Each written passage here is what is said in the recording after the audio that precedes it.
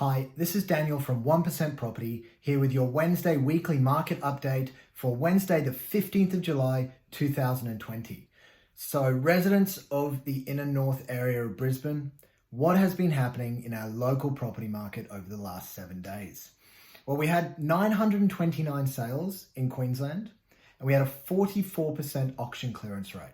So 32% was the auction clearance rate at this time last year, and the sales are very much on par. It's really, really encouraging to see the market moving back to pre-COVID levels, to see buyers out, to see sellers out, to see a lot of activity, and to see no change to date in prices, maybe even a little increase, which is really, really encouraging for homeowners in our local area.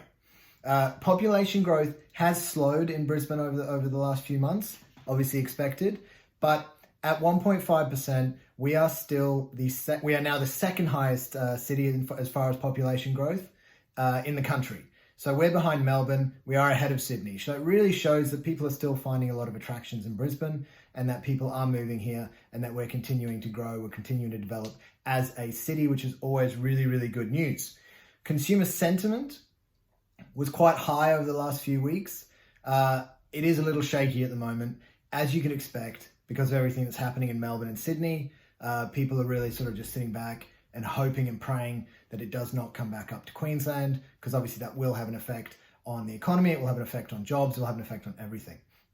On that note, what is going to happen, this thing that everyone's talking about, the cliff in September?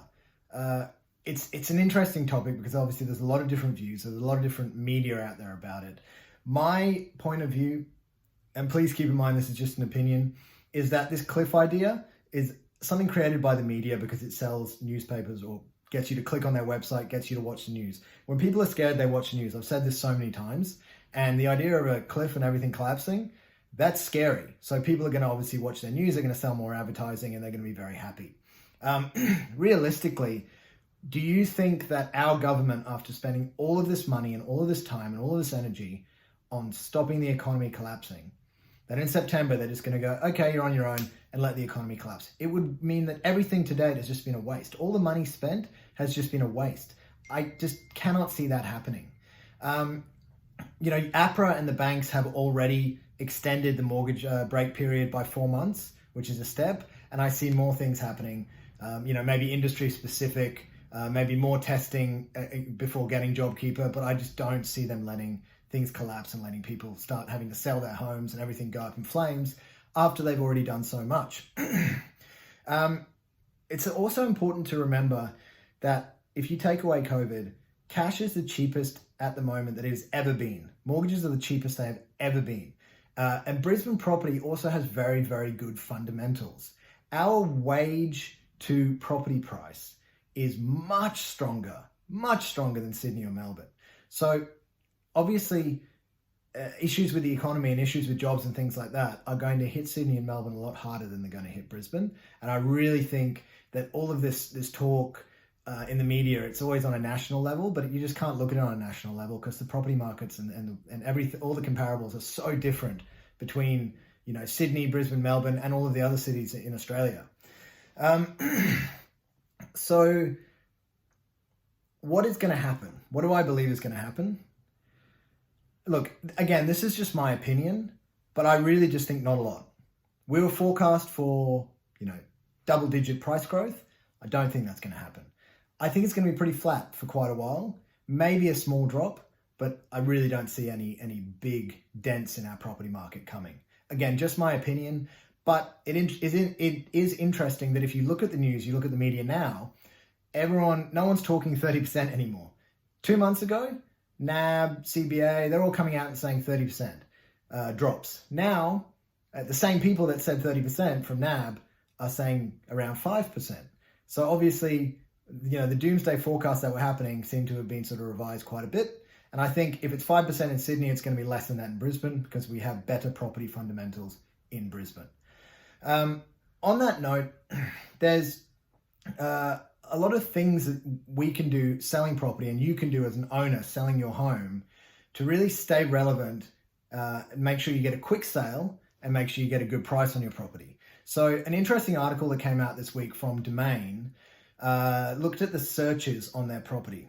it discussed what people are searching for when they're looking for a house and changes in keywords. So there's some really interesting changes in keywords, probably what you would expect.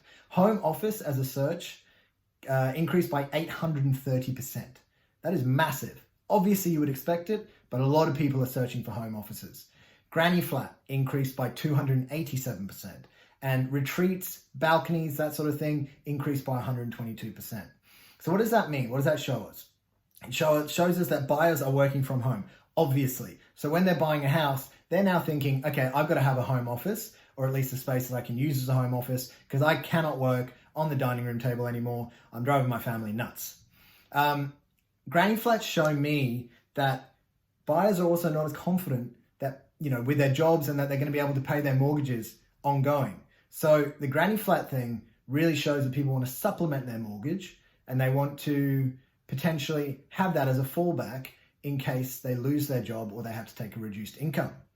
The final one of the retreats and the balconies, simply people are spending more time at home. So whereas before they would spend a lot of time out of the house, they didn't really care what the house was like, small bedroom, it's all good. Now they're spending a lot of time at home. They need their balcony, they need their courtyard, they need their parents' retreat, they need things like this in the property. And it really presents a lot of opportunities to target your buyers and to target you present your home and do your marketing on the sale to really target this new post-COVID buyer profile. If you know what you're doing and you know what people are searching for, presents massive opportunities. It's really quite exciting. On that note, I'm going to start releasing over the next few weeks a number of learning segments based around the idea of how to improve and grow your home's value, without doing huge renovations and things like that. So the first segment is based on presentation, which is obviously one of the most important parts about getting a great price for your home. It'll come out over the next week. It's going to talk about all sorts of things from how to present your home, staging, cleaning up and decluttering and all that sort of stuff. I have some really good points in there to help you add thousands and thousands of dollars of value onto the sale of your home. In the local market, we've had a crazy week. So this week we had 4 Hebe Street in Barden, which we launched a week ago on Wednesday. That property had more than 20 groups through the first open home. We had more than 60 inquiries in the first 3 days. So much interest in the market, so many buyers out in the market. We've also settled on 6 at 186 Petrie Terrace. Congratulations to Denise and Sandra. And we've also settled on 13 Sylvia Court in Eaton's Hill for a street record. So congratulations to Tony and Georgia, and congratulations to Lee and Evelyn on your purchase. If you have any property questions, you have anything I can help with, or you'd like an update on the value of your property, please give me a call, 0424 585 391. Otherwise, I hope you have had a fantastic week so far, and I hope the second half is even better.